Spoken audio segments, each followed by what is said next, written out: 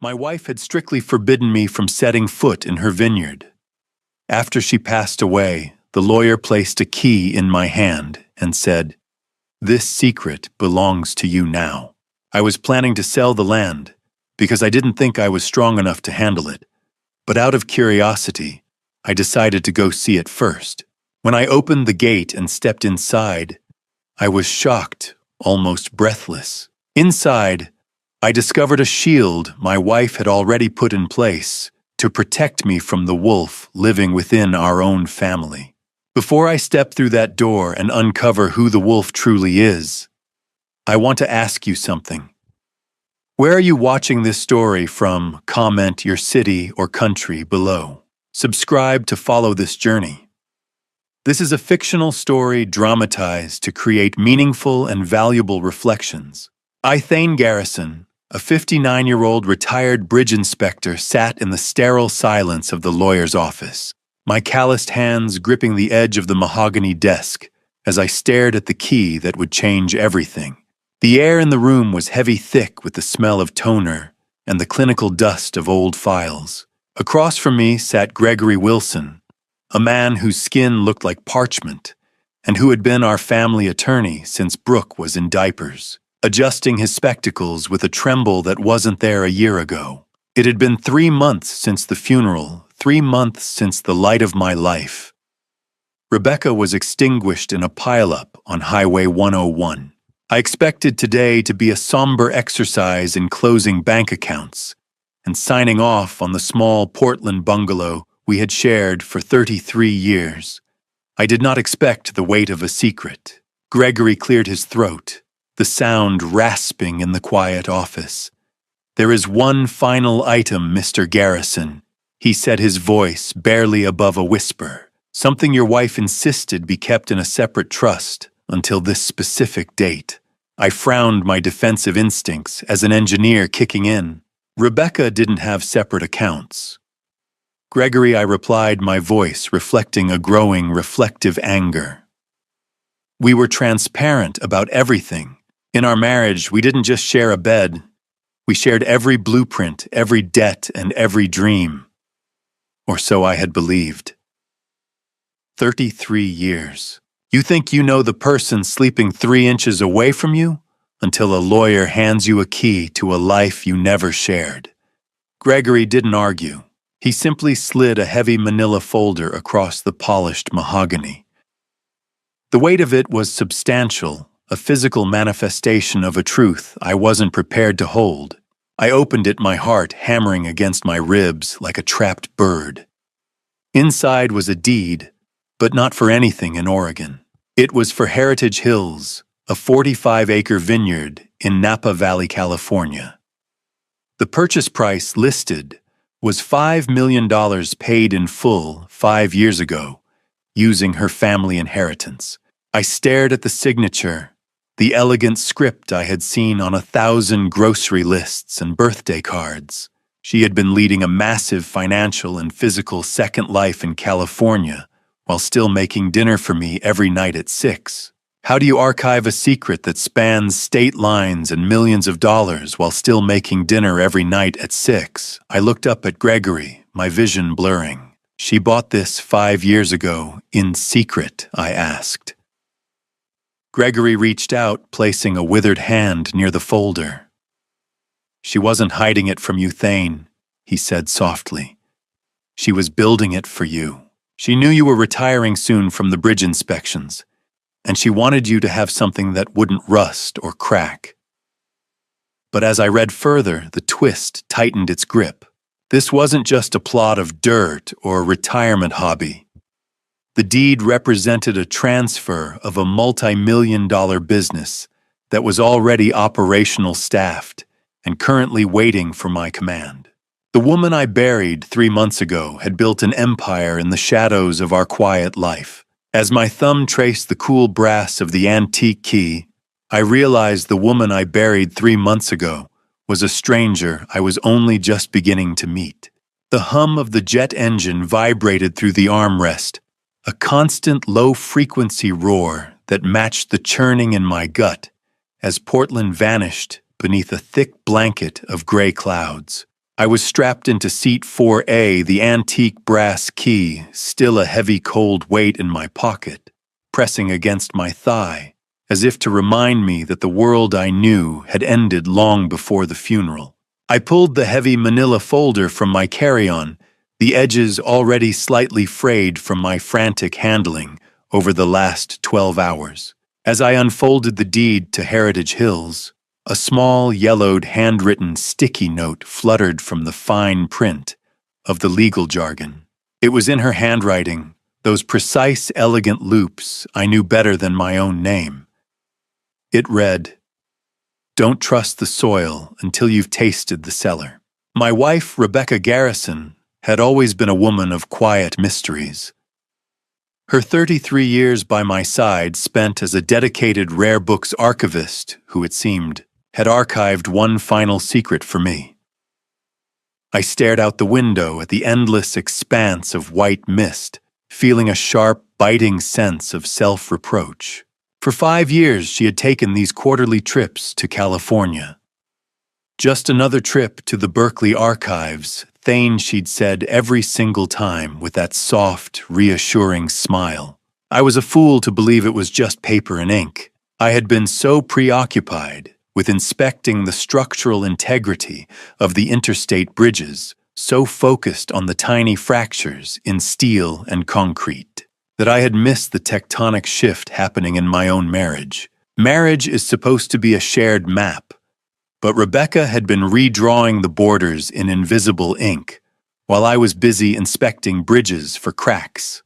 We had sat at the same table, shared the same bed, and yet she was managing a $5 million empire while I was worrying about the cost of a new water heater. The betrayal felt less like a blow and more like a slow, freezing tide rising around my ankles. My mind drifted back, pulled by the scent of jet fuel and the cabin's recycled air, to a rainy Tuesday night in October 5 years ago. Rebecca had come home later than usual, her eyes unusually intense, bright, with a mixture of terror and hope that I hadn't understood then. She had gripped my hands, her fingers trembling. "Promise me, Thane," she had whispered, her voice cracking with a weight I couldn't identify. "Never go to Heritage Hills. Not yet. Promise me on our 33 years that you won't go looking for the legacy before I finish the archive." I had laughed it off, kissing her forehead. "I promise, Beck," I'd said. "But what are you so afraid of?" She hadn't answered, only clung to me as if the house were about to be swept away. "Have you ever looked at a photo of someone you loved for decades and realized the person in the frame was wearing a mask you helped them forge?" As the plane began its long, tilting descent toward the San Francisco tarmac, the final part of her warning echoed in my skull like a siren. She wasn't just afraid of me seeing the vineyard.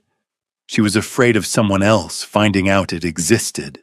The landing gear locked into place with a mechanical thud, but the real impact was the memory of the look in Rebecca's eyes, the look of a woman who was building a fortress, not just a vineyard. The tires of my rental car transitioned from smooth asphalt to the rhythmic, bone-deep crunch of expensive Riverstone gravel as the iron gates of Heritage Hills groaned open for the first time in my life. I had spent the last hour driving through the winding, sun-drenched corridors of Napa Valley, my hands slick against the steering wheel as the GPS guided me toward coordinates I still didn't believe were mine. The apprehensive chill that had settled in my bones during the descent into San Francisco hadn't thawed. If anything, it had crystallized. Rebecca had spent years building a fortress here, and as the gates swung shut behind me, I felt less like an owner and more like an intruder. I drove past rows of pristine Cabernet vines, their leaves shimmering with a vibrant emerald intensity under the golden hour light. This wasn't the small, charming hobby farm I had managed to picture during the flight. I saw state-of-the-art irrigation lines and high-end security cameras nestled among the Victorian eaves of the distant buildings. My wife wasn't just archiving books during those trips to California. She was archiving an empire. A man in his 60s named George Turner, the vineyard manager Rebecca had hired 4 years ago, stepped out from the vines, his weathered face breaking into a sad, knowing smile. He didn't offer a handshake immediately. Instead, he stood by the driveway studying me with a protective, almost judgmental intensity that made me want to check my own blueprints. For a fleeting dark second on the drive up, I had wondered if I'd find another man's ghost here. But George's eyes held only the reflection of a man who had lost a boss he respected. He told me right then that he'd been living on the property for 4 years and had never seen Rebecca with anyone but the soil and the books. Silence. In Napa, silence doesn't mean nothing is happening. It means the money is working quietly underground. It was a terrifying realization. My calm, wise Rebecca had been playing a game on a board I couldn't even see. I pulled up to the main Victorian house, the wood-wrapped porch glowing in the late afternoon sun. "You're late, mister."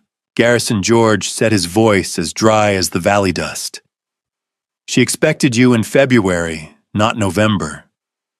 I stepped out of the car, the smell of ripening grapes and dry earth filling my lungs.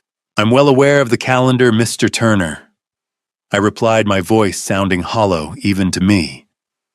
"I'm just trying to understand the map." George finally moved closer, his rough, calloused hand reaching out to take my suitcase, but his eyes never left mine.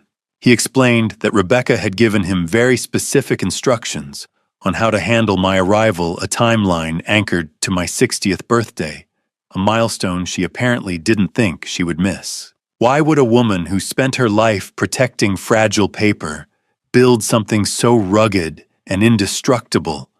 As we walked toward the heavy oak door of the manor house, the sense of awe was eclipsed by a mounting dread.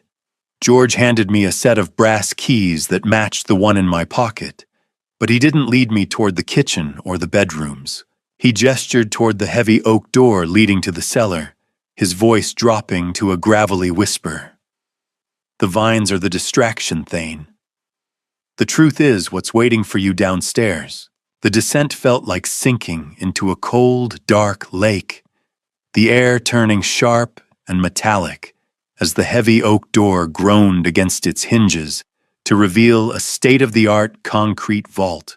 I followed George Turner down a flight of pristine industrial stairs, the heat of the Napa afternoon vanishing with every step. I expected the damp, earthy scent of a standard root cellar, perhaps some dusty racks and a few cobwebs. Instead, the air was precisely 55 degrees filtered and dry-smelling faintly of aged cork and the clean mineral tang of damp concrete. George paused at a secondary door, a reinforced steel hatch that looked more like the entrance to an air raid-style bunker than a wine storage room. He punched a code into a sleek keypad, and the seal broke with a hiss of pressurized air. "Rebecca called this the foundation," George said, as the lights hummed to life. "She used to say the house was just the lid on the box." As I stepped inside, the scale of the secret nearly knocked the breath from my lungs. This was no basement. It was a professional-grade wine archive powered by its own dedicated grid. Rows of floor-to-ceiling mahogany racks stretched into the soft amber glow of non-UV LED lighting. I stood there, a retired bridge inspector who prided himself on understanding how things were built, and realized I didn't know the woman I had been married to for 33 years at all. "I didn't even know she liked wine this much, George," I admitted, my voice echoing off the reinforced walls. "We usually shared a cheap Merlot on Fridays while watching the news." George didn't answer right away, his gaze lingering on the hundreds of bottles, each one a silent sentinel in the dark. The hum of the cooling system sounded like the heartbeat of a sleeping giant, a rhythmic mechanical pulse that reinforced the terrifying precision Rebecca had applied to this life. How many secrets can a single basement hold before the weight of them brings the whole house down. I moved deeper into the vault, my fingers brushing against the cold glass of the bottles. George walked beside me, pointing out pre-Prohibition American vintages and rare French exports that I only recognized from luxury magazines. He stopped at a rack near the center, his hand hovering over a specific section. There are exactly 847 bottles in this room, Thane. Not one more, not one less. The number struck me like a physical blow. 847. Why does that number feel like a punch to the gut? I asked, my mind racing through dates, addresses, and bridge serial numbers. It was a record, George replied, his voice dropping an octave. Pure liquid history. Chilled to exactly 55 degrees. I touched a bottle from 1966, the year I was born, and felt a jolt of electricity. I realized the market value of just this single rack likely exceeded my entire state pension. But the number 847 wasn't about money. As George reached into a recessed shelf and pulled out a heavy leather-bound book, the math finally clicked in my mind. It was the exact number of days I had left until my 62nd birthday. The age I had always told Rebecca I would finally hang up my hard hat and retire. She had been counting down to this very moment. George pressed the textured leather-bound book into my hands, his eyes reflecting the amber glow of the vault. This isn't a ledger, Thane. It's her voice, and you need to hear what she has to say before the others arrive. The smell of Rebecca's perfume, sandalwood, and old paper clung to the heavy parchment pages as I cracked the journal open, the leather spine groaning in the silence of the vault. I stood under the flickering amber light, my hands trembling slightly, as I traced the elegant loops of her handwriting. Thane, if you're reading this, then the silence has finally arrived. The first line read, "This vineyard is the physical form of the words I could never quite find. Every bottle is my gift to you, a museum of the life we built, curated for the man who spent his life making sure everyone else's bridges were safe." I felt a sharp, icy pang in my chest as the truth began to bleed through the ink. She hadn't just been hiding a property. She had been hiding her own mortality. As I turned the pages, I discovered that Rebecca had known about her terminal heart condition 3 years before the accident on Highway 101. She had deliberately chosen to withhold the diagnosis, shielding me from the clinical despair of waiting rooms so that our final years together could remain normal. While I was out inspecting rusted trusses and concrete pilings, she was frantically pouring her family inheritance into this hillside, building a legacy that would stand long after her heart stopped beating. The journal wasn't just a record of wine. It was a blueprint for a life she wanted to lead me into, a life where I was finally allowed to be soft. I had spent my career inspecting steel and concrete for invisible stress fractures. Yet I had missed the crumbling foundation of my own wife's health right in front of me. I felt a wave of anger at my own blindness, quickly followed by a crushing sense of tragic irony. She had mapped out a meticulous timeline leading up to my 60th birthday in February 2026. "By your 60th, the Heritage Hills Museum will be complete," she wrote. "You will finally lay down the blueprints and pick up a glass." There were mentions of hidden video files and detailed travel itineraries, all designed to guide me through a retirement I had always denied myself. "I was supposed to show you this in February," the ink seemed to whisper.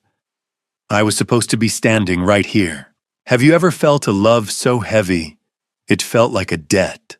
Standing there, I realized Rebecca hadn't just left me a vineyard. She'd left me a responsibility to be happy, and the weight of it was staggering.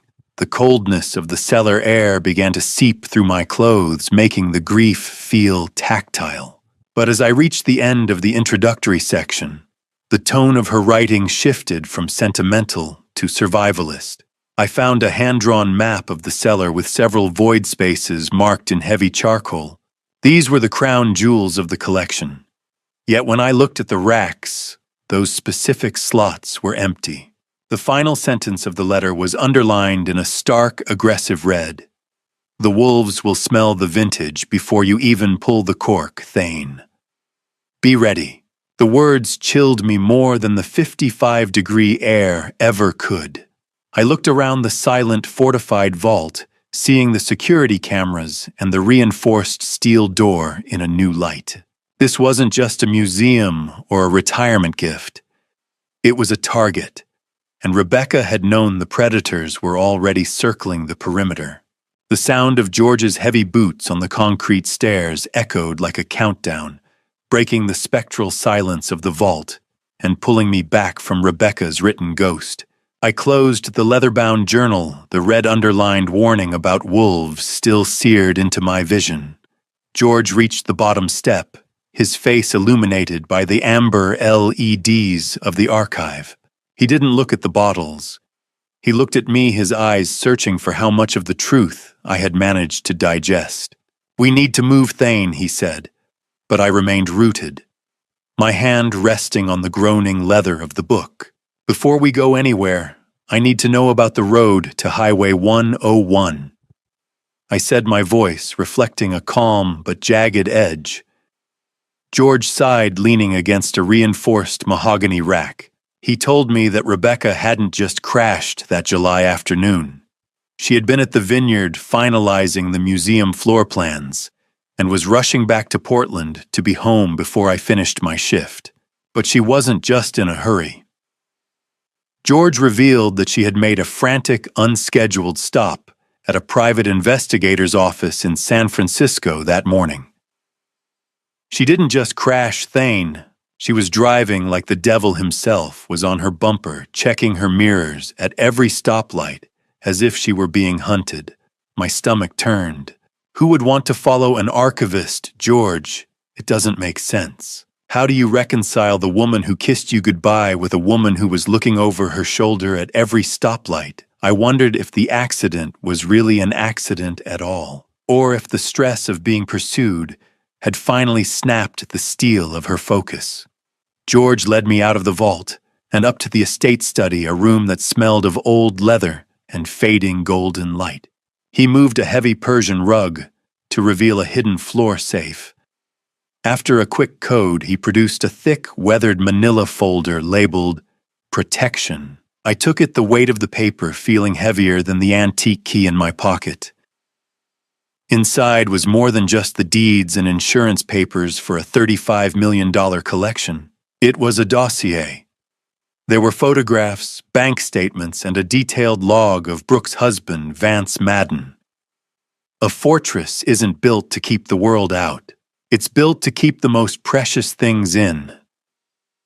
The folder documented Vance's escalating gambling debts and his predatory interest in the Garrison assets. "She knew the wolves were in the house," Thane George whispered, as I flipped through the evidence of my son-in-law's betrayal. "She just didn't want to believe one of them was married to her daughter."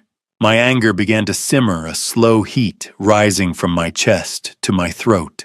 She kept this for 3 years. She was building a case while she was building a vineyard. At the very back of the folder, I found a document that made my heart stop.